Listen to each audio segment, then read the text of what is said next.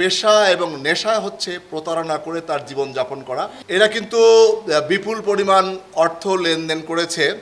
এখন বিষয়টা হলো যে টাকা দেয়া এবং নেয়া এ দুটি যেহেতু অনেক সময় অপরাধ, এই কারণে কিন্তু অনেক জায়গায় অর্থের পরিমাণ কমিয়ে বলা বা টাকার লেনদেন হয়নি এইভাবে বলা।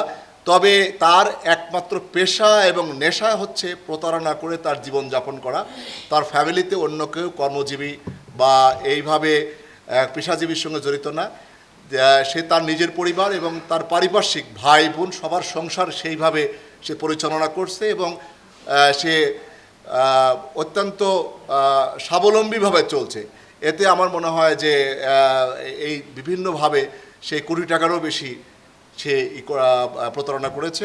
আমরা এখন বিভিন্ন আর্থিক প্রতিষ্ঠান বা ব্যাংকের সঙ্গে যোগাযোগ করব যে কী পরিমাণ সেখানে টাকা তার আছে, তাহলে সঠিকটা আমরা জানতে পারবো।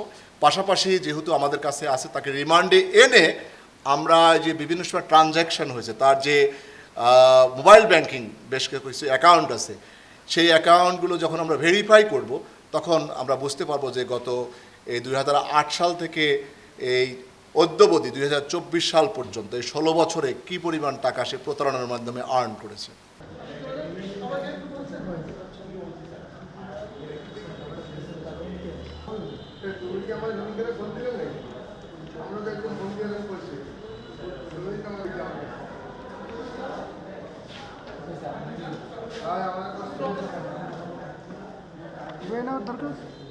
এটা রাউন্ড দেখ নাকি? হ্যাঁ, এবার